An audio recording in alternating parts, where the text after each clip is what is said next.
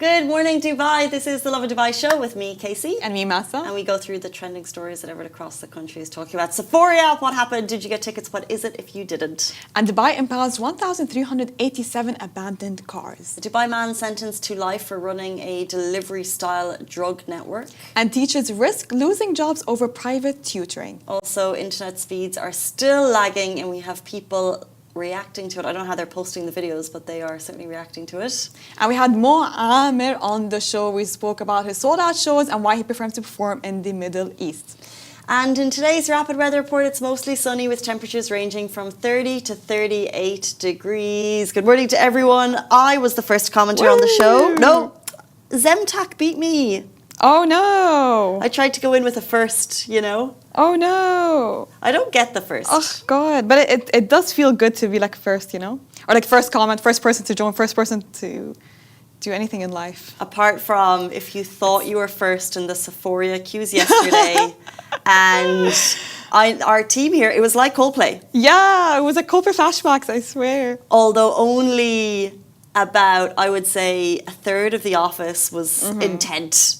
Yeah, only like 4 people were so into trying to get the Sephora things. But I know they've been texting people, so it's like a kind of like a knitted thing where people around you are trying to get Sephora tickets, but it wasn't as huge and big as Coldplay. It's so interesting though, but the people who wanted it, it was more than Coldplay. It was more than, so just as a bit of background, we did put a question up saying, Sephora is happening, are you aware? And like, most people don't know what it is, but the people who are aware are so intense.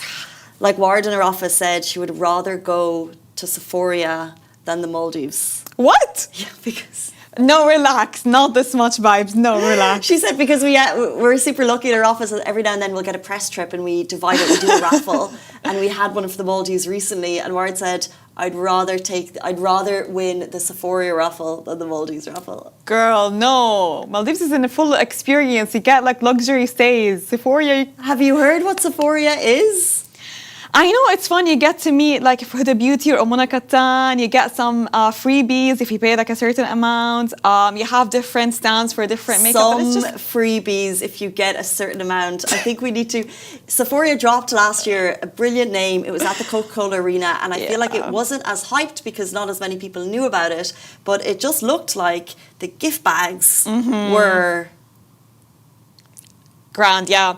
I think if you pay, correct me if I'm wrong, I think if you pay 300 or 600, not sure, if you have VIP tickets, but I'm not sure about the amount, VIP tickets, you get goodies worth 1,000 dirhams. So that's a lot. And the goodies are so good. I mean, it's Sephora. Like, whatever you get is good, you know? Exactly. And so this year they're moving from Coca-Cola Arena to Expo. They sold out. They were responding to people. A lot of people upset on social yesterday. When our team were trying, there were 12,000 in the queue. Yes, they had to wait for an hour. And then when they reached, it was sold out. So, felt bad for them. We sold out sooner than we thought. We hope to join us for next time. Well... Genius move. Maybe do like a grand announcement, just like how Coldplay did it. Another show. Another show. Yeah, exactly. We're going again. Yeah. We're going again. You get a Sephora ticket. You get a Sephora ticket. If you're getting there by car, you can do that because Expo has got amazing parking. However, don't leave your car abandoned because here's what's happening in Dubai to those certain cars. So Dubai impounds 1,387 abandoned cars. Dubai municipality has removed 1,087 abandoned vehicles and equipment during the first half of 2025 and issued 6,187 warnings across residential, commercial and industrial areas. Under Dubai's rules, leaving a vehicle unwashed or abandoned in public can result in a 500 dirham fine. And if it's not attended within 15 days after a warning, the vehicle will be impounded. So first fine, then impounded. Field teams record vehicle details in the smart system before issuing a notice. So then the owner will have between 3 and 15 days, depending on the car's condition and location, while Dubai registered vehicles also trigger an SMS alert via the Road and Transport Authority. So once the deadline expires, the vehicle is removed and transferred to Al Awair impound yard. So authorities stress that these actions aim to maintain Dubai's aesthetic appeal, protect public health and ensure high urban cleanliness standards. The municipality also reminded residents to avoid leaving cars unattended, especially during summer holidays, and encouraged regular cleaning, using protective covers, parking in designated areas, and avoiding sandy or deserted spots that accelerate damage. Officials emphasised that maintaining the city's cleanliness is a shared responsibility between the government and the community. I applaud that, and I absolutely agree. I agree with this also. It's got to be everyone's job, and they're doing it in quite a clever way.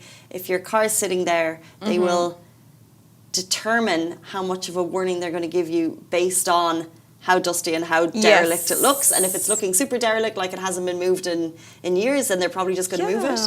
But you've got between 3 and 15 days, you'll get an SMS. My only concern is, what if I go for a 3-week holiday and there's a sandstorm on day 1? But I think that's a good question. But I think what they mean by those unwashed cars, I'm sure you've seen those really run down, very dusty, like people would leave some hearts and names and notes on them, types of cars that as soon as you enter a place or as soon as you pass by, your eye directly goes to that car. I think this is what they mean by it. But maybe if you had a little bit of a dust for 2 weeks, you should be fine. I do street parking outside my building, and there's like 20 spaces. Yeah. And it's usually the people who live in the building. We're quite lucky that it's our building generally just uses the street parking because there's not much else around the building, so no one else needs it. But there's a couple of cars that aren't super derelict. They're just sitting in the best spots, so they're never moved. And I'm like, who is these people? Thank you, how? I don't know. So those cars, but then it's clearly maybe it's someone's second car. They're not using it often, but what to do? Or maybe they left the country, we never know. But at the same time, I know there's this car, okay, that looks exactly like my car, okay? You know why it's so embarrassing? Because, so when we visit my friend's house, there is this car that's parked outside that's red. That's a Cadillac, okay? Same version as mine, okay? That's been parked for months, completely unwashed, run down, okay? So every time a new friend comes to visit, they ask her, is that Massa's car? And it's putting me in a bad light, like, that's not me. You think I'm so unclean or something? I'm going to go write Massa's car. It's just, people can have the same car, It's not me. So this is not Massa's car. It's not my car. If you see a derelict, run-down red Cadillac, hers is the fancy red Cadillac. The cleaner version. That she's soon going to trade in for a Barbie pink Suzuki. If you're watching the show yesterday, that is dream car manifestation.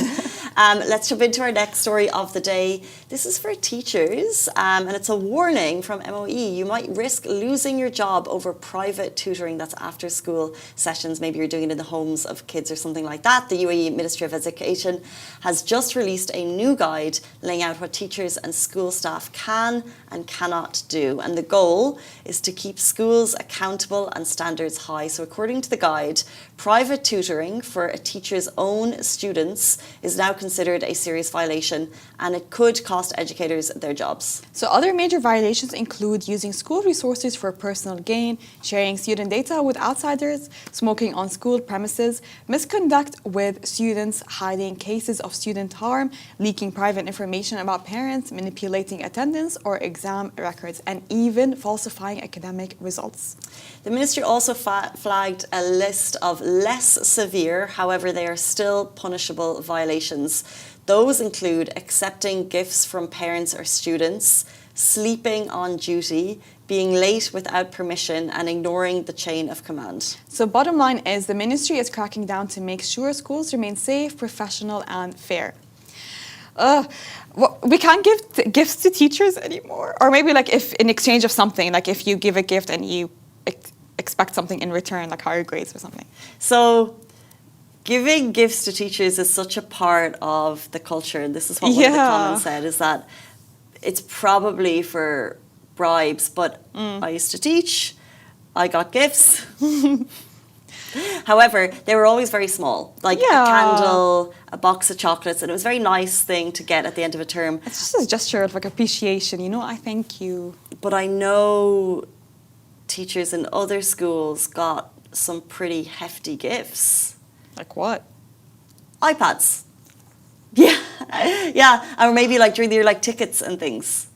And that could be, when it reaches a certain monetary value, let's say if it goes over, then it could be considered a favoritism, not even bribery as to pass me, but a favoritism mechanism. And when you look at it that way, let's take bribery out the picture because that's really bad. But when you look at it as though some parents can afford this really big gift and some parents can't. I mean, if I got an iPad,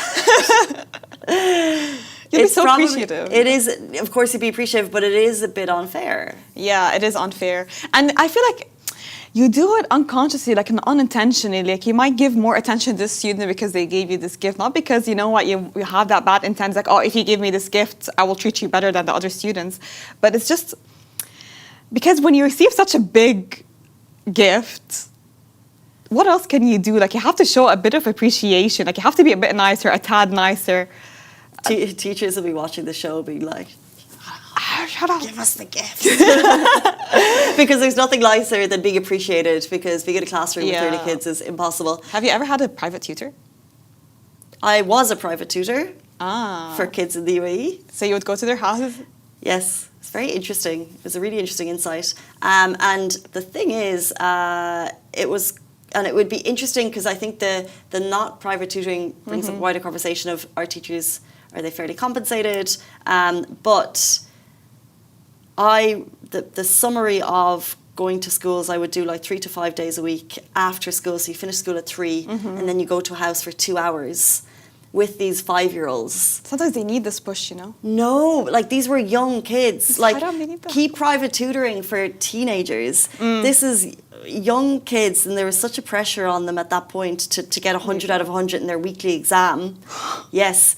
And so they would have to go to school at 8, they would finish at 2, and then they would continue on for an extra hour or 2 after school with private teacher. And it's like, let them. And they would be so tired, and I would be so tired, and we'd be sitting there like this, and we'd be trying to count to 10. I remember a specific child, and he was really struggling to get to 10, and we would have so much fun, but it was just, he was so tired, and he'd be like looking at his friends outside. So I think keep it for the older kids. Keep it for the older kids. I had a private tutor once because I was so bad at maths and calculus. Okay, that was during my high school years. So I think I was in 10th or 11th grade. I don't remember. Okay, so I was really bad at math, and my parents wanted high grades because they didn't have time to apply to universities, basically. So I got a private tutor from my school. Now I'm going to mention the school name or the teacher, of course. He came in, taught me, like we did really well, so well. Okay, I had a good experience with him, and he's like, you know what, you're going to ace that midterm. You're going to do so well. I ended up failing. So private tutor or no private tutor, I think it's just my brain. Yeah. And I avoided him for a whole year. I don't think the way you introed that, like you're not going to mention the school or the teacher, it's got absolutely nothing to do with the school or the teacher. Sorry. But it's just because, no, I'm not going to say that. Okay, part of the practices or the exercises that we had to do showed up in the exam and you still didn't pass. So this was his technique to get people to book with him more. Oh my God, that's so bad. Yeah. That's so bad. These types of things happening over the years, like it's so important for regulation to happen, and yeah, it's important. Discouraging private tutoring is super important, because the reality is, again, it comes into finances, that like you're paying for schools, and can parents afford the private tutoring? Some can, some can't. Some can get that leg up. So it is more fair for classrooms to not have this. And it does mention, by the way, in that report that it's for private tutoring your own students you're actually teaching. Yes. So that's an interesting side note. And I think also, like, just maybe on that, like, last note is, why did I have the advantage to know what the questions were going to come in? Because I paid for private tutoring, while the other people... I can't even... Yeah, it was really bad. So I was scared to say that. And did your parents know? No. Because my parents won't allow it, even if they hired a private tutor. They just thought I needed extra help. But he literally gave me the questions. And other people in my class, I think I got my karma. The other people in my class did not have that access because they didn't pay. And they didn't have a private tutor. I remember I avoided him for a whole year because he kept trying to come to talk to me and ask me, how did you fail when I gave you the questions? That's a topic for another day, but I'm just like, deeply disappointed by this teacher who was being paid by the parents to teach you math, not to make you pass. And I would rather, if I was a parent, that my child was actually learning how to do the thing rather than getting fed the answers. But to that, he sees it as a way of like, okay, so if the parents see that I got a good so grade, bad. I don't know. Disastrous. Well, thank you to the Ministry of Education for regulation. And if you'd like to see the comments on the post, they are there. The comments are commenting, as always, and great responses on the teachers. I do think on the gifts, small gifts for teachers. Yeah, it's just a token of appreciation, I feel.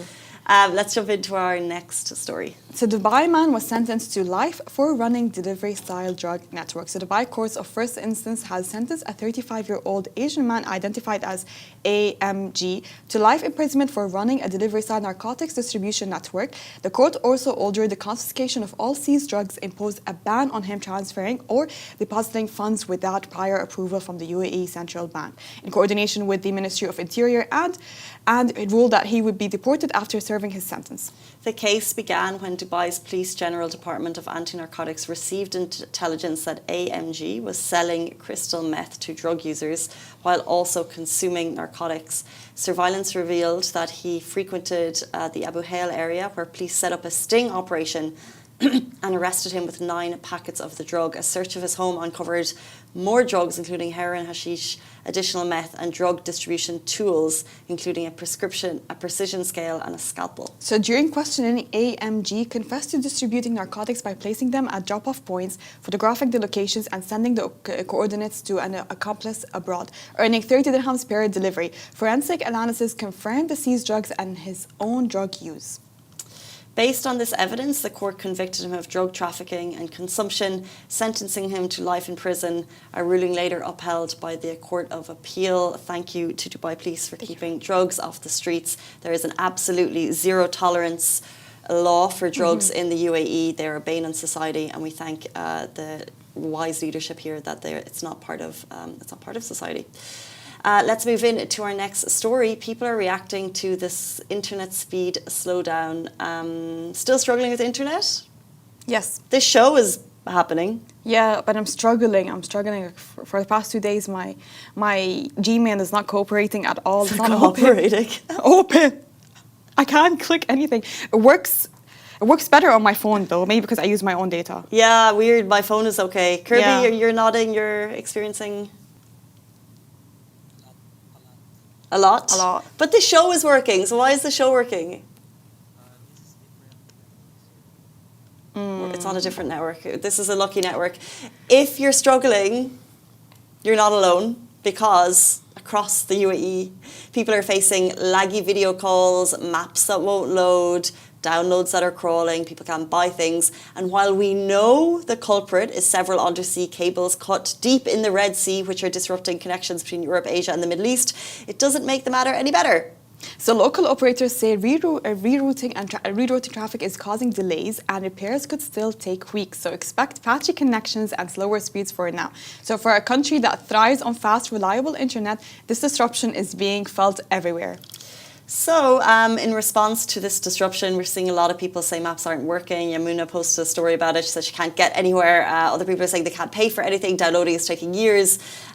So is it really a problem, or is it a first world? Sorry, this was a comment on one of the posts. Is this a problem, or is it a first world problem of matcha latte girlies? I'm a matcha latte girlie. I'm offended. What do you mean by that? I didn't write it. It was the comment on the post. It is a problem. If you're experiencing it here, I really struggled yesterday to get work done, because you open a page, it doesn't open, so you move to the next task, you completely forget about the last task, and then you get 5 tasks down the line before realising nothing got done. Nothing got sent. And nothing is opening. Nothing is opening. Like, if I finally get Zoho to open, okay, and I need to go back to my email, I finally get Gmail to open, and suddenly Zoho is not working, and it's just like a back and forth kind of thing. You know, I was sitting with my tutor, and we were complaining about the Wi-Fi, okay, and she was telling me... Your tutor? For piano. So, piano instructor, okay? So, I was complaining about the Wi-Fi, and she was telling me, well, I don't understand why everyone here is complaining about the Wi-Fi. This is very normal back home, and she recently moved to the country. So for her, this is completely normal. Where did she move from? Cuba. So for her, this is completely normal. And she's like, I don't understand it because we're so used to it, but you guys are privileged that like slight, waiting time is making you go crazy. When to her, this is like, oh, this is a dream. This is so fast. So we're used to such quick internet. But also what I would say is some internet seems to be working fine. Like this show is working fine. This connection is working fine. Someone commented, I use Do Wi-Fi. It's working fine like before, no problems. Virgin Mobile data is working absolutely fine too. I use Do Wi-Fi at home and it's working fine. But you know what's happening to me is that like sometimes I'll do something and it's taking ages and I forget that the internet's not working and I'm just sitting there and I'm like, well, it's not working. And then I realize and I'm like, oh yeah. But I keep doing things. And oh, so you keep, I know what you mean. Anyway.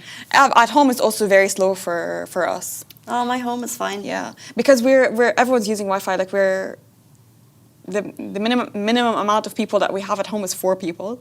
So imagine like everyone's trying to use something. Like either my brother is trying to study, my sister's trying to work. I come back home after work. I'm trying to get my screen time. I'm so jealous of your family situation. It's so nice. We're always like it's a full house. Yeah, full pack. Yeah, it's a full house. It's nice. It's like, alhamdulillah. Because my family emigrated, and then even when we were younger, we went to boarding school. So it was like Christmas and Easter were the only kind of times that like everyone was a full house. So it's so rare. So it is, yeah. But I can imagine if there was internet, we would. You'll die, Yeah. And because my brother, he studies abroad, okay, and he's here to visit. He's staying for a few months, so he got used to being alone all the time and to living alone.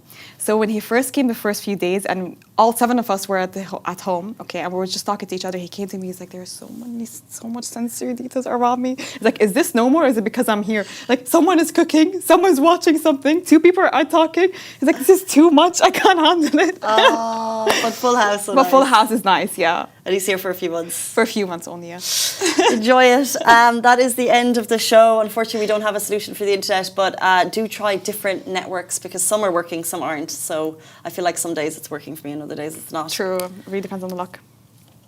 And so Massa had a pretty cool interview this week. Yeah, so we had the legendary Palestinian-American comedian Mo Amer. We spoke about his sold-out shows here in Dubai and why he prefers to perform in the Middle East. So take a listen.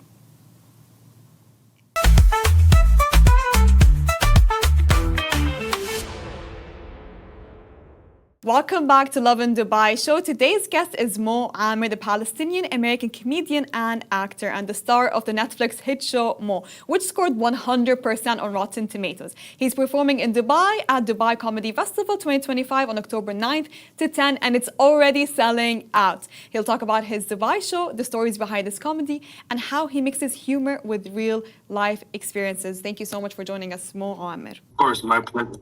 So it's so exciting. You're performing for the first time here in Dubai. How excited are you?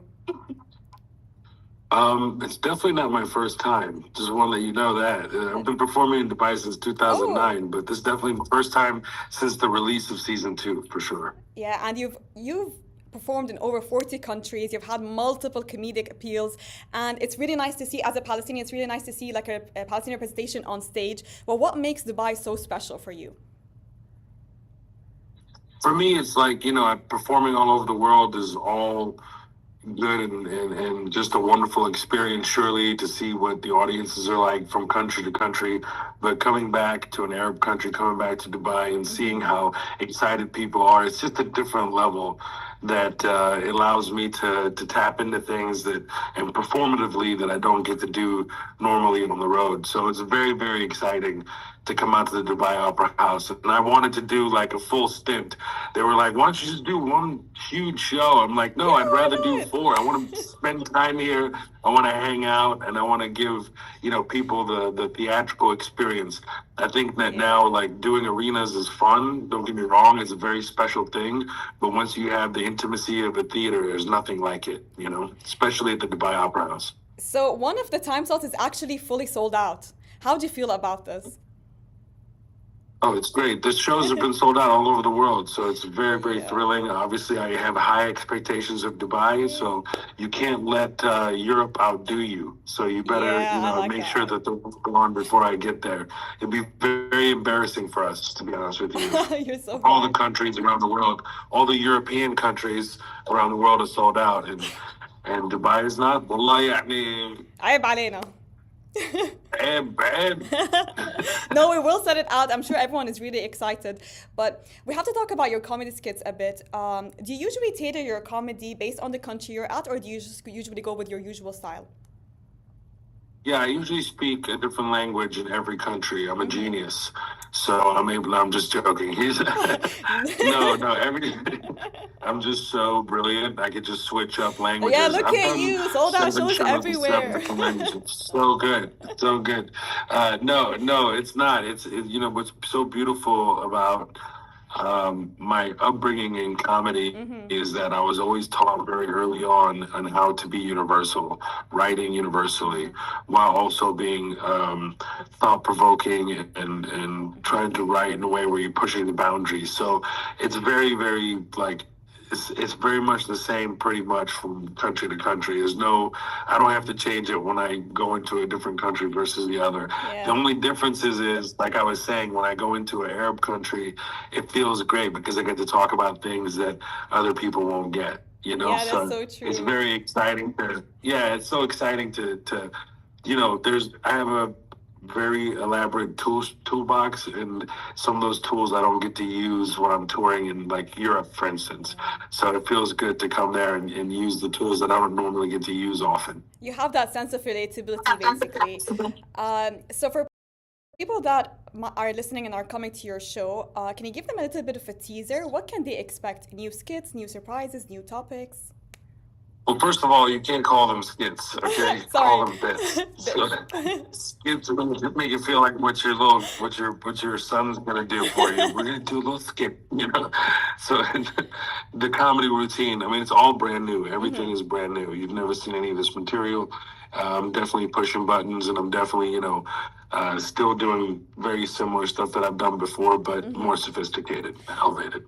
Based on the description, it says that you're going to tackle topics like family, fatherhood. Is there a specific story that you'd like to share on the stage?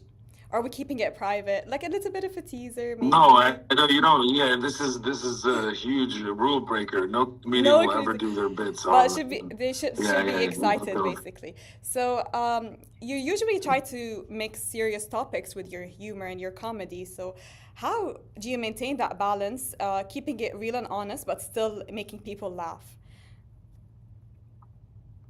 It's all about being smart with your writing. So it's always been that way. It's always about great comedians that I've learned from throughout my past is those who can make you laugh and make you think. And sometimes you don't have to think at all. You can just laugh and have a good time, and that's fine too. But there's a lot to pull from. There's a lot happening that I can go to and that I have to touch upon, that I feel like I would be behooved me if I don't actually discuss it on stage. So I'm very excited about it. And I'm sure you discussed some personal experiences on stage, but what makes you think like this is a story that is worth being on stage, being worth discussed on in front of people, in front of the audience? It shouldn't be private. Nothing is really private on stage. You're your most honest self on stage. I'm probably more honest on stage than I am off stage. To be honest with you, it's like one of those things. Yeah, and then you just like whatever you enjoy telling. It's like that's how you make the decision. Which one do you keep there or not? If it works, it works. It could be really hilarious and everyone has a good time, but I don't enjoy telling it, so I don't do it. So it's all like that.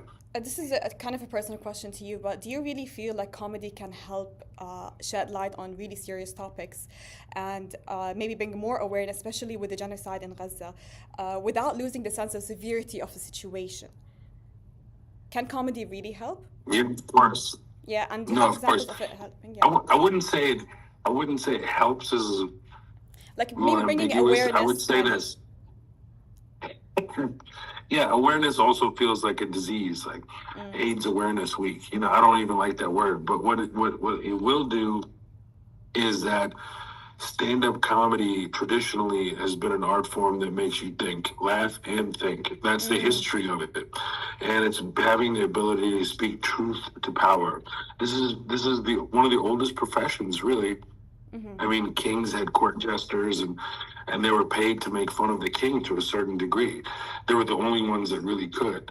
So, not saying that that's what we're doing here and that's what I'm coming to do. It's just stand up itself allows you to talk about very serious topics in a funny way. Sometimes they're funny, sometimes they're just thought provoking. So it gives you the opportunity to bring those up, and it makes people think in whichever direction that is. I think people are very, very aware of the genocide globally. Like I'm on my world tour right now in Europe, and it seems like it's people are more aware in Europe than even the States. It feels like it's pretty eye-opening experience so far. So yeah, so it just like absolutely it does those things. It gives you the ability to bring things up in a very different way that you don't normally see, which is always through a news broadcast usually. And there's no way to really massage those topics or talk about them in detail or to bring up different angles, because usually you're stuck to a particular program, where stand-up is very free-flowing and allows you to talk about things that most people can't. And we wouldn't have you here and not ask you about your Netflix show, Mo. So it got 100% on Rotten Tomatoes. So it was based on your real life experiences. And seeing that rating and seeing your life basically displayed in front of everyone, how did that make you feel? Did you expect to have such high ratings? Did you expect to have such acceptance and people loving and praising the show so much? Or were you nervous to display that? I get really, really careful of expectations because you always have to manage those. Yeah. But the only thing that I did was and cared about is making sure that it felt good to me. 100%. It's like if it felt good to me as a Palestinian, is this something that I want to see on camera? Is this something that I want to see in film and television? This is what I kept asking myself, and it's not only of course, it's a Palestinian American refugee story that is very familiar to us Palestinians, and we feel it in our core, but also Latinos and people of many, many different backgrounds have really gravitated to the show in a very, very special way. So it's been really, really overwhelming, and that's why I call the tour El Oso Palestino Tour, the Palestinian Bear Tour, because it is something that is really, I'm blown away by the response from everyone. It's been really tremendous, and seeing that so many people just gravitate to our story, and not only does it feel like their own. It feels like their own story is being told, even though they're not Palestinian and didn't have anything to do with that. Now with the raised knowledge of what's going on and what's been happening for many, many years, it's making it even stronger. So I don't think anybody expected it. I don't think Netflix expected it. I don't even Netflix knows like how powerful the show is. It's been really, really tremendous. Were you nervous of any backlash or maybe displaying any real life stories on TV or on Netflix? Or were you just, I'll just do it? No, nothing. Well, but I'm not nervous about anything. No, trusting God. I like That's that. it. Just keep going. Make sure you just tell the most honest story, and then how can you be nervous once you tell something so real and so honest? You know what I mean? Like I'm not. No. No, it's good. I don't think that way. I don't write anything with the idea of like, oh, I wonder what people think. Yeah. No, I write it if it's honest and feels good to me. If it feels good to me, then it's good. And this is what makes people basically love the show that you give, honestly, and the performances. And maybe looking back at Mo, is there a specific memory or a scene that still brings you to laughter every time you think about it, that you like to maybe bring up to the stage? I don't bring it up on. You mean from my show? From my TV in show? general, like from the TV show that you every time you think about it, it brings you to laughter that you'd like to share with everyone. I mean, I don't shit. I just think about it. There's stuff that you don't, the stage is very different. You can't talk about your stand-up. Stand-up is a completely different thing. But as far as like the show, the series itself, there's so many to pick from. There's not everything just makes me laugh. My mom making olive oil with Yamo playing in the background, probably one of my favorite things ever. The scene on the dock with my mom and sister in episode 7 is one of my favorite things in season 2 that I've ever done in my life, probably. And the entirety of episode 8, episode 5, Houston, the rodeo. There's so many things to pull from that make me laugh or make me smile or make me cry even, that I just love and enjoy. And I love the show as if I'm a fan also, not just as someone who created a show, And stand-up is completely different, so you don't bring any of those up on stage. Now, I know usually, people that might be listening, that if any scene that is dear to you, but thank you so much for sharing today your story and your take. But before you go, is there any message or a vibe you want to leave for everyone that's listening, that are coming to your show? A vibe and a message. Look, it's going to be an incredible night. I have it stacked. I promise you, it's going to be like no show you've ever seen before, and you'll walk away pressed to feel like you've seen a better show. I promise you that. It's going to be incredible. I've worked very hard on this, and I've left like the best fest. I've left the entire glass for wanted it to be primed and absolutely perfect when I get there. So I can't wait to see you all. It's going to be an incredible 4 shows and 2 nights in Dubai. That was Mo Amer. Thank you so much for joining us on the Lovin Dubai show. Don't miss him live at Dubai Comedy Festival on October 9th and 10th. Tickets are already selling out, so what are you waiting for? That's all from today's episode of the Lovin Dubai show. See you soon. Bye-bye.